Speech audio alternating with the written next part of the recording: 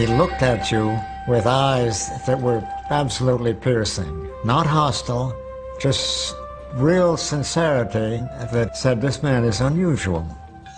He was small, even by Vietnamese standards. Only 4 feet 11 inches tall and barely 100 pounds, he appeared frail. He tried to project this image of himself as a simple, modest, emaciated, kind of wandering scholar.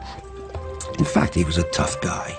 Perhaps no leader in history has resisted the guns of the enemy as stubbornly or as long as this little man. He's a very shrewd politician and a very good actor. He had an unshakable will that helped liberate a country and humble a superpower.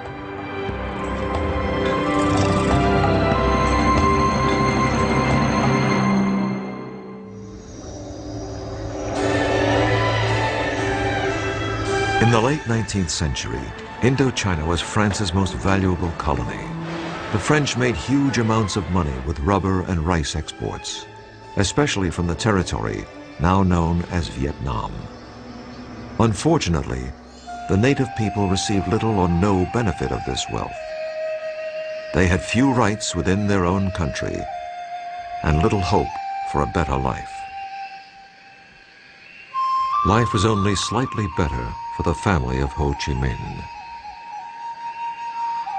What we do know about his family generally is that they were upper class or gentry, as were all the communist revolutionaries. Ho Chi Minh's father, Huynh Sinh Soc, came from the village of Kim Lien in Nghệ An, a poor province in central Vietnam. On May 19, 1890, his wife gave birth to their third child and their second son. He was named Nguyen Sinh Kung, but would one day be known around the world as Ho Chi Minh. When Ho turned 11, tragedy struck the family. While his father was away, his mother died shortly after giving birth to a third son. You can imagine the effect this had. I mean, being faced with the fact that his father is away and his mother had died, and he was responsible for this, basically an infant. And when his father came back to Hue, he took him back to his home village. Ho Chi Minh's father served as a mandarin or local official and spent a great deal of time away from home. Fortunately, relatives and family friends helped take care of Ho and his brother and sister.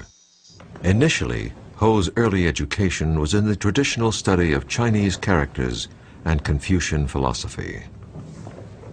But in his early teens, his father apparently became convinced that for his sons to succeed, they needed a French education. He sent both of them to a preparatory school run by the imperial regime in such a way as to instruct the students in the French language and French culture. Though Ho's father worked for the imperial bureaucracy, he routinely criticized it for so easily relinquishing the country's independence to the French. He was recalled to Hue, and eventually he was dismissed entirely from the bureaucracy. And it's at that point that his life fell apart. And he went to Saigon, he took a job for a while on a rubber plantation. Later he sold traditional medicines. Ho's father spent the rest of his life wandering the countryside, struggling to make a living, while Ho lived in Hue. He saw less and less of his father. This had a great impact on Ho. He also believed that his father had been punished for simply saying what everyone knew was true. Most Vietnamese suffered greatly at the hands of their colonial masters. Those who protested or even complained were often imprisoned, beaten, or even killed by the omnipotent French colonials.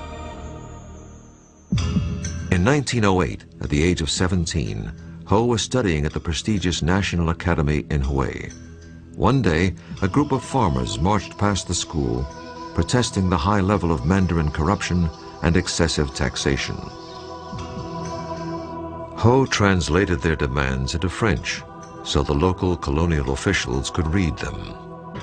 It was his first revolutionary act, and he attracted the attention of the dreaded Sûreté, or French secret police. The next day, Ho was summarily expelled from the academy. It was his last day of formal schooling in Vietnam. So here's this young Ho Chi Minh who is becoming educated and has a certain amount of resentment toward French colonialism, but at the same time he knows enough about France to be captivated by the great French ideals of liberty, equality, fraternity, and he wants to see how those ideals are really practiced in France. They're not practiced in Vietnam, where you have a rather repressive French colonial system. Ho had inherited his father's rebelliousness and his wanderlust. At the age of 21, he entered a merchant marine school where he learned how to be a kitchen helper. This new skill enabled him to leave Vietnam and go abroad. I think he left for two reasons. One is maybe quest for education, that he would be able to get better education in France, provided he could afford it. Second, he probably did not see much of an economic opportunity in Vietnam at that point of time. Ho was hired by the French passenger liner, the La Touche-Treville. And in 1911, began an odyssey that would take him to nearly every corner of the world.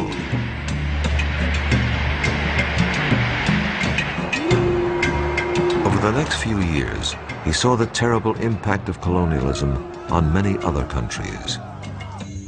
This had a profound influence upon him. Finally, Ho arrived in France.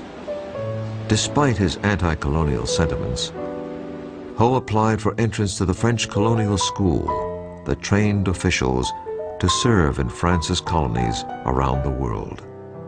This was hardly the career path of an anti-French revolutionary. Ho's application was turned down.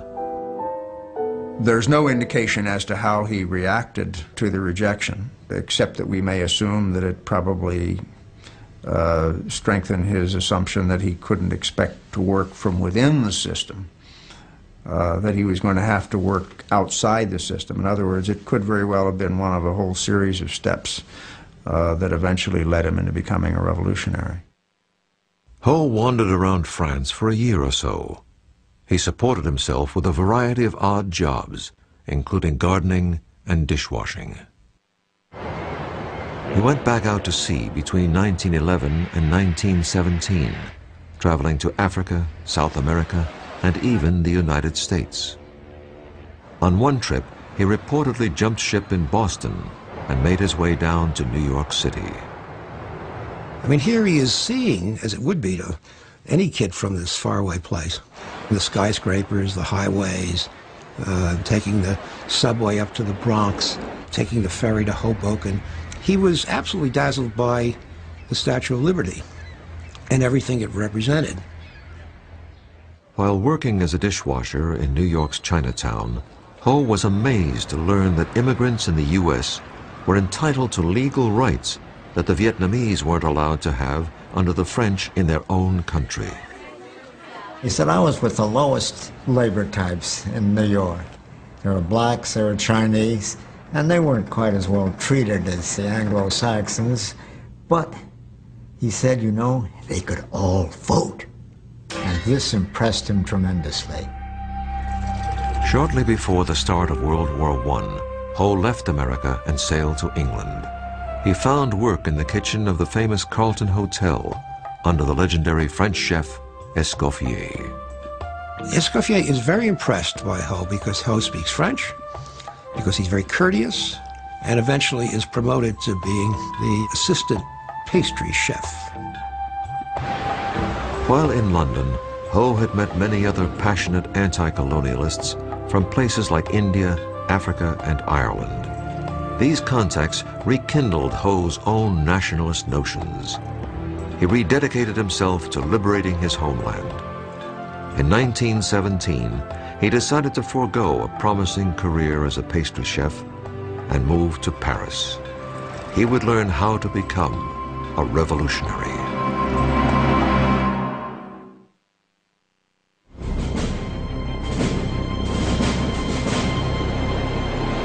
Ho Chi Minh arrived in Paris toward the end of World War I. There was a large Vietnamese community living there. But more important, this was where the decisions that affected colonial Vietnam were made. Ho was determined to help change French policy toward his country. But first, he wanted to experience Paris.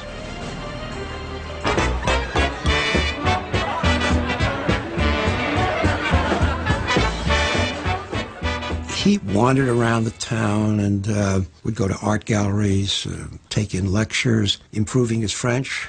He used to love to go to music halls, and one of his favorite singers was Maurice Chevalier. And he memorized these songs and went on for the rest of his life, without the straw hat, of course, singing Maurice Chevalier songs.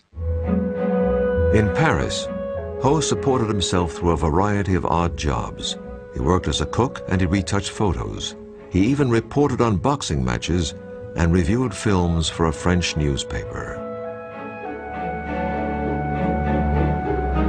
Of course, his primary goal was to somehow organize Vietnamese expatriates into a movement that would pressure the French government into improving conditions in his homeland. People who encountered Ho Chi Minh in those days tended to say pretty much the same things. Very intense young man, very anxious to learn, very idealistic, a man very much driven by ideas. But what was remembered about him perhaps more than anything else was his sharp eyes that essentially seemed to penetrate the soul of the person who was talking to him. Ho discovered that there were many Frenchmen who were sympathetic to his cause. These liberals encouraged him to join their socialist group and to write and publish his own ideas. Soon, Ho and other Vietnamese expatriates began publishing an anti-colonial newspaper directed toward the Vietnamese community in France. Their leaflets were even smuggled back to Vietnam. All of his writings really are on that theme. What a rotten deal colonials are getting all over the French Empire, which indeed they were. Ho's point of thinking is, how do you fix this? Do you fix it with revolution? Do you fix it with violence? How do you do it? Writing under the pseudonym Nguyen Ai Quoc, or Nguyen the Patriot, Ho simply advocated better treatment and equal rights for his people, not revolution. He achieved a near-legendary status in certain circles back in Vietnam, where his rhetoric was considered visionary.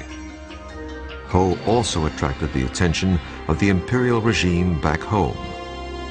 They accused him of inciting treason and condemned him to death if he ever returned to Vietnam. In 1919, U.S. President Woodrow Wilson traveled to the Versailles Peace Conference to present his famous 14-point plan for world peace. Ho and his associates discovered that one of Wilson's key points was that all nations deserve the right to self-determination. Ho believed that this meant that the U.S. was advocating the end of the colonial system. And Ho Chi Minh, thinking that this might apply to Vietnam, got himself all dressed up in a cutaway coat and striped pants and a top hat, and he went out to Versailles carrying with him a document that he had written, which was a kind of inventory of various cases of French repression in Vietnam. And his idea was to give this to Wilson so that the United States would then exert pressure on France. Well, he got very rudely rebuffed when he tried to go in to see Wilson or even deliver this. Ho had believed that President Wilson would be sympathetic to Vietnam's plight. He was greatly disappointed that he was unable to present his case. This forced him to look elsewhere for help. A socialist showed Ho a paper that had been written by Vladimir Lenin. In it, the Soviet leader wrote that one of the keys to the spread of communism was the liberation of all colonies. The Russians wanted to end colonialism not because they loved the people who were under colonial rule, but for their own selfish interests. They wanted to weaken the Western powers. But regardless of what their motivation was, they were the only power at the time to advocate it and to actively want to offer help. And it's at that point, as he basically points out, that he determined to become a follower of Lenin, not because he had any understanding of Marxist ideology, but because he loved the strategy that Lenin had set forth as a means of liberating the colonial peoples. In 1920, Ho became one of the founding members of the French Communist Party. He was 30 years old. He had become a great propagandist while living in Paris, but he wanted to learn how to turn rhetoric into revolutionary action. He believed there was really only one place to learn this craft: Moscow. In 1923, Ho received an invitation to join the Comintern, the organization set up by the Soviets to export Marxism and Leninism around the world. He jumped at the opportunity. He disappeared from Paris, leaving his friends wondering what had happened to him. I think what drew Ho to Moscow, first and foremost, was nationalism, the desire to find help to liberate his country and his people. Ho became an important member of the Comintern. He now took his orders from Moscow. I always felt that Ho Chi Minh had very little time for Marxism as a philosophy, as a way of interpreting history. He had great admiration for Leninism and the techniques and the methods to be used. The rest of the world may have abhorred Lenin's tactics, but Ho was devoted to them. He believed that he had found the blueprint for liberating his homeland.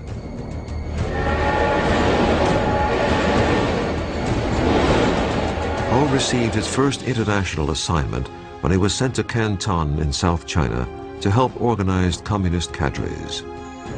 It was here that he also began a clandestine lifestyle that would last nearly 30 years. He went underground, so to speak.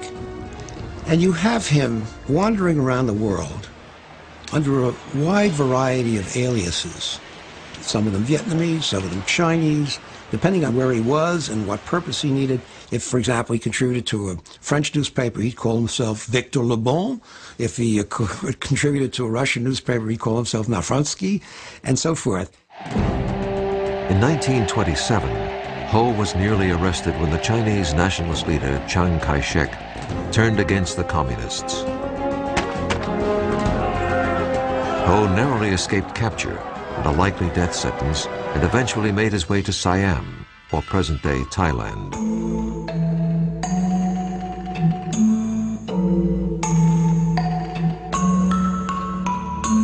He avoided detection by agents of the Sûreté, or French secret police, via a clever ruse. He learned some Thai, shaved his head, donned a saffron robe, and traveled as a Buddhist monk. There was a large Vietnamese community living in northeast Thailand, so Ho preached his cause as he wandered from village to village in disguise.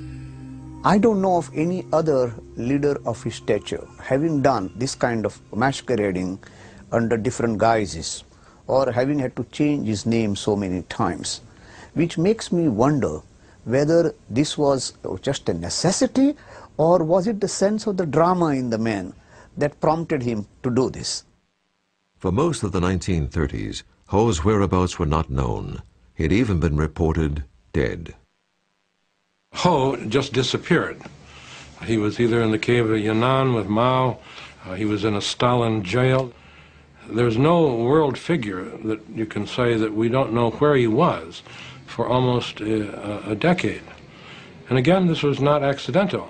I mean, he didn't want to be found. Ho emerged again on the world stage shortly before the outbreak of World War II. He'd always believed that there would one day be a time when the conditions would be just right to begin the liberation of his homeland.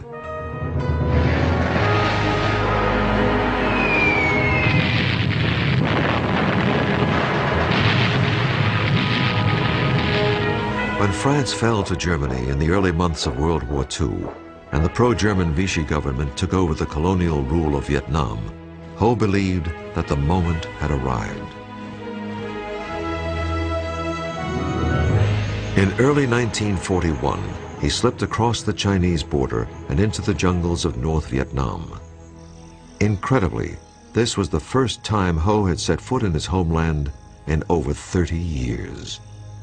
He was armed only with his ideas, but he was determined to lead a revolution, to liberate his country, or to die trying.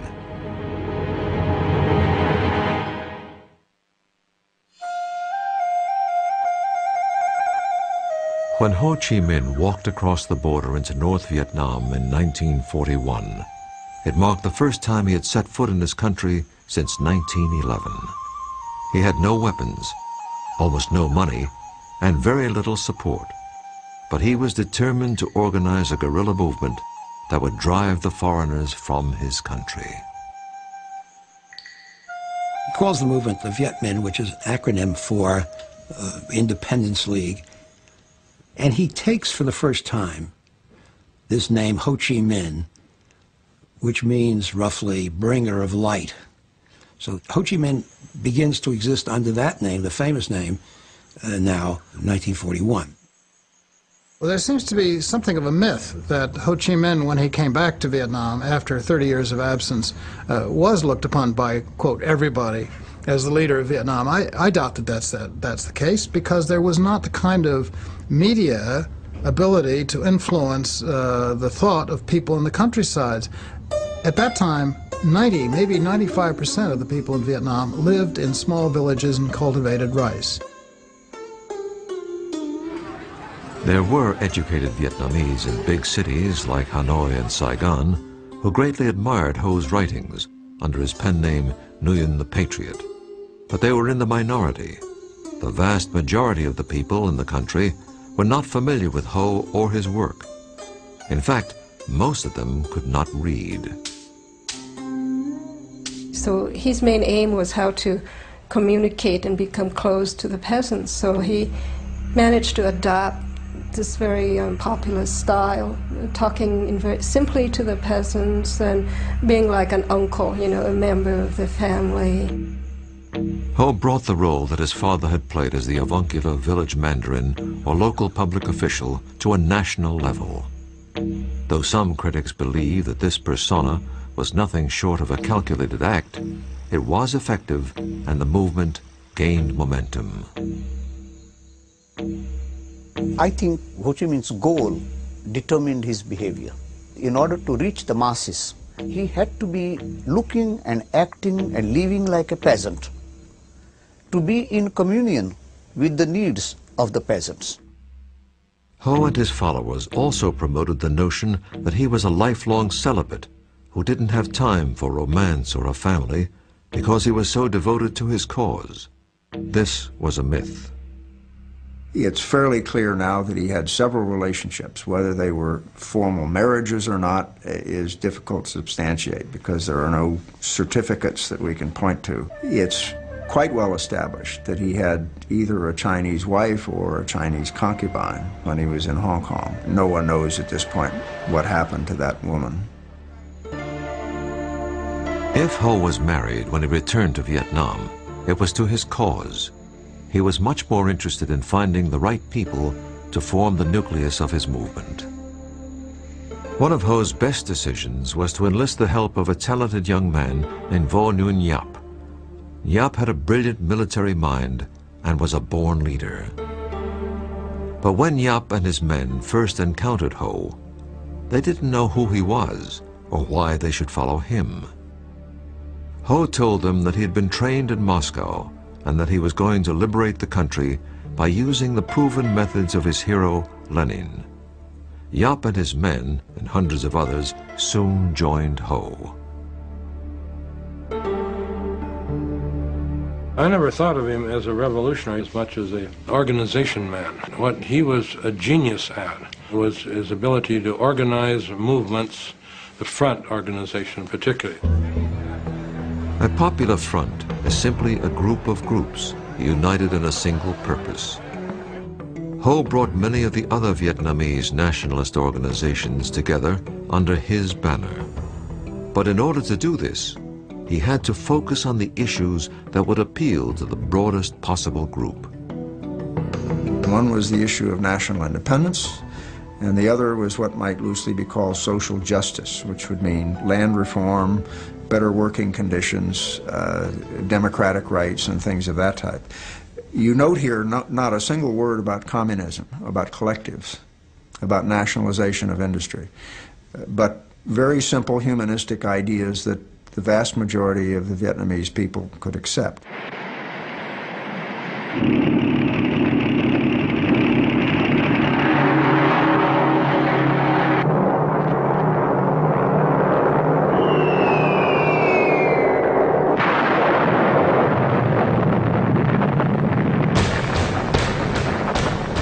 December 7, 1941, Japan bombed the U.S. fleet at Pearl Harbor, Hawaii, and then launched an all-out attack against the British and Dutch colonies of Southeast Asia. Within weeks, Hong Kong, Malaya, Singapore, and Indonesia had all fallen to the Japanese Empire.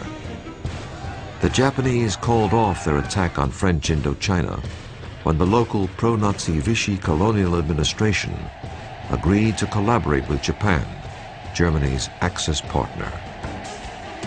Ho could very well have said, okay, I will side with the Japanese because they're like Asians. But he came to the conclusion, very wisely, the Japanese are no better than the French. They're both aliens. Neither one of them is going to do us any good. Ho Chi Minh traveled to South China. Since the Chinese were also fighting Japan, he believed that he could get some military aid from the nationalist Chinese. To his surprise, he was arrested by the local authorities because he was a communist. Ho was thrown into prison. He kept a journal, writing mostly in the Chinese of his youth, in hopes of converting his captors to his point of view. In one poem he wrote, "My heart travels 1,000 miles toward my native land. Innocent, I have now endured a whole year in prison. Using my tears for ink, I turn my thoughts into verse." Ho's health deteriorated as the months passed. He had to find a way out of prison, or he would never live long enough to liberate Vietnam.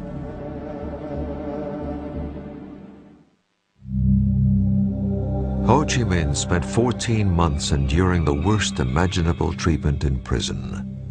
As the war worsened for the Chinese, Ho convinced his captors to release him so that he could gather intelligence on the Japanese. He was released in 1943 and walked all the way back to his old base in North Vietnam. His compatriots were stunned. They thought he had died.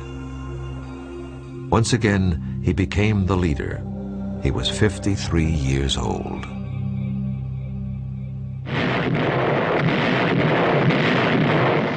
After the U.S. entered the war against Japan, Ho believed that getting American help was essential to Vietnam's future independence. When an American pilot was shot down in North Vietnam, he was brought all the way back to his base in China by Ho. And you got to try to imagine this guy. He's wearing sandals and shorts. He's got this wispy beard, and he looks like, you know, he weighs about 85 pounds, and he looks like he'd be blown over with a feather. Ho offered his services to the commanding officer, General Claire Chennault of the legendary Flying Tigers. Chennault declined the offer, but the Office of Strategic Service, or OSS, America's wartime intelligence service, was interested. They believed that Ho could help them rescue downed pilots, and more important, furnish intelligence information on the Japanese. Ho was accompanied back to his base by an OSS officer, giving credence to his claim that the U.S. was his ally. When the OSS began supplying radios, weapons, and training, it helped establish Ho's Viet Minh as the preeminent Vietnamese nationalist organization. But once again, Ho's life was in jeopardy. Ho took to his bed and really seemed very sick, so we sent in a paramedic. And indeed, His report, as best I can remember, was saying this cadaverous old bag of bones is why he's living, I don't know, but he opened his kit and fed him every antibiotic he had, and Ho recovered. Ho greatly appreciated the Americans, and he impressed all of them. He not only spoke and wrote in English, but he seemed to understand their culture, too. He had also acquired a very American habit. He liked to smoke American cigarettes, Philip Morris in particular. But he always carried in his front pocket Vietnamese packets of Vietnamese cigarettes. And then those are the ones that he will offer to the guests. In August of 1945, 2 atomic bombs brought the war to a rapid conclusion. When Japan surrendered, there was really no one in control of Vietnam. Ho moved quickly into the gap. With General Vo Nguyen Giap leading his guerrilla forces, they took control of the north. That must have been an electrifying experience for the masses, and they must have felt that this was the moment. On September 2nd, 1945, nearly 500,000 people attended a huge rally in Hanoi.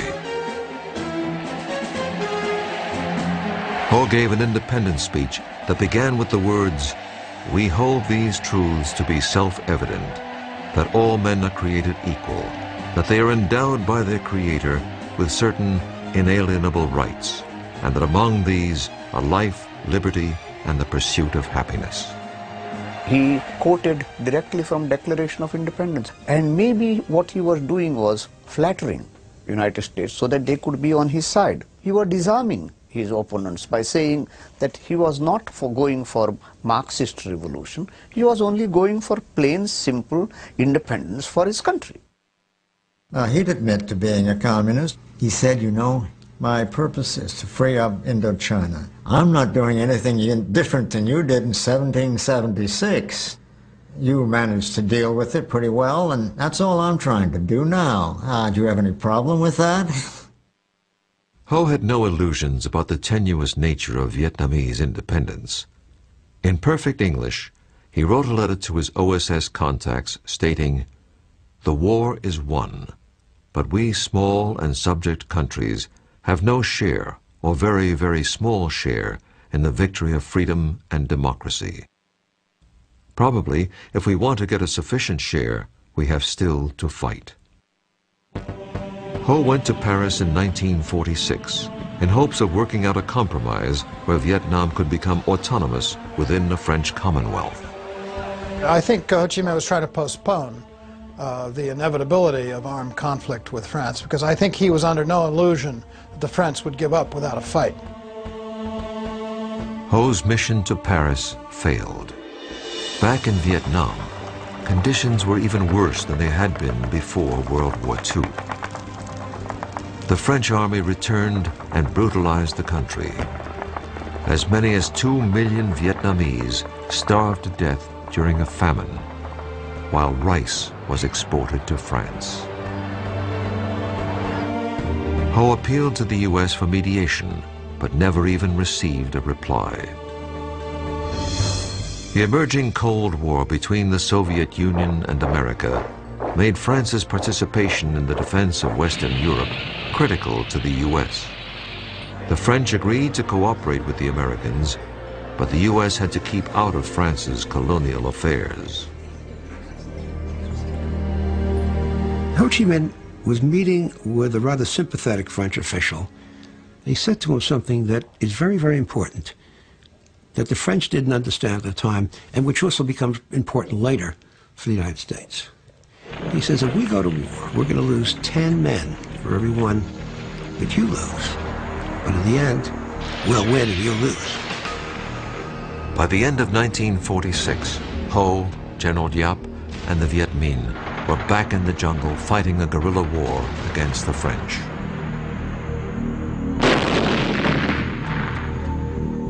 Initially, it seemed unlikely that the Viet Minh would have any hope in defeating the French. But by 1954, the French were desperate to end the bloody guerrilla war, that seemed to have no end in sight.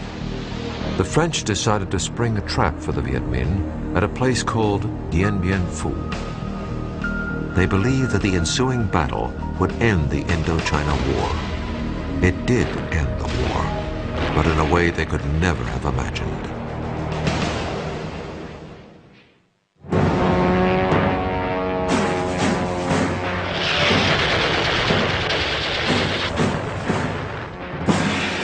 In March of 1954, the French army believed that they had lured Ho Chi Minh's forces into a trap near a remote outpost called Dien Bien Phu.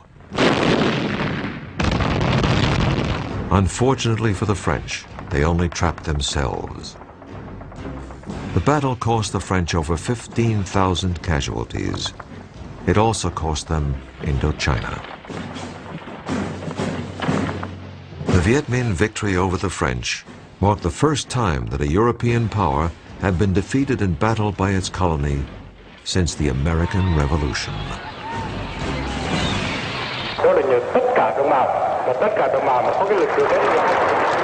Ho's leadership and tenacity contributed greatly to the victory, as did the aid of a powerful new ally, the Red Chinese. Ho tried to play down the Chinese Communist support. He feared that this alliance would drag Vietnam into the Cold War. And this would mean, therefore, that Vietnamese independence would not be a local question between Viet Minh and the French, but would be now an international question between the two superpowers. Despite the victory at Dien Bien Phu, Vietnam's fate would ultimately be decided at a peace conference in Geneva. Both the Soviet Union and Red China urged Ho to accept the terms of the Geneva Peace Agreement, which divided the country in half at the 17th parallel.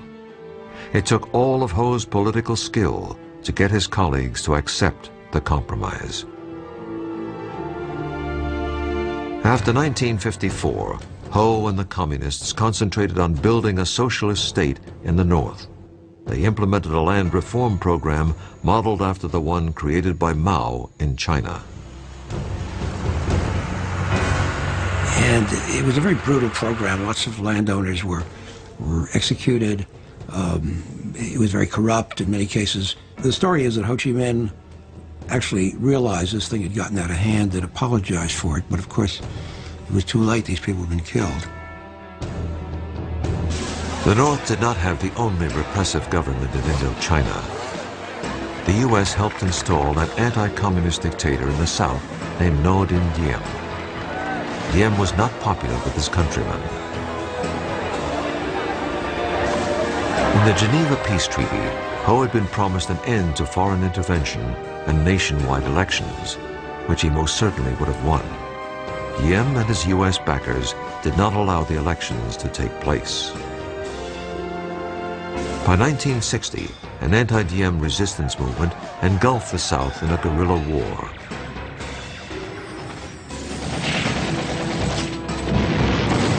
The more the North supported the guerrillas, or Viet Cong, the more the U.S. intervened to counter the spread of communism. Just as Ho had feared, Vietnam had become the key battlefield of the Cold War. We had this idiotic idea that communism was a monolith, that all communists were the same, and Ho was part of that monolith. But there's a lot of evidence that he wasn't. If only we had come to the point where we'd say, okay, he's a communist, but he's our communist, you know?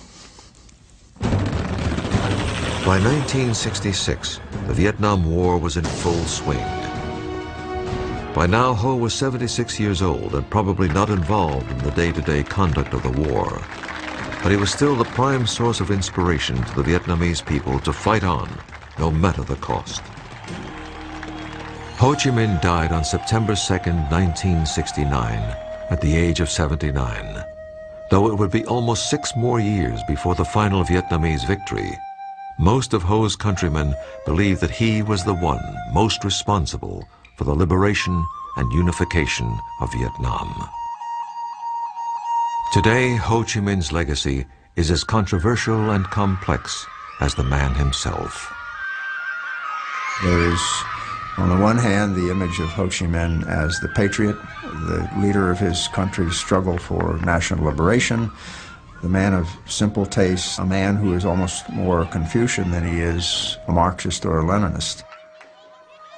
The other image of Ho Chi Minh is as an international communist agent, the head of a repressive regime which carried out policies deeply repugnant to many Vietnamese.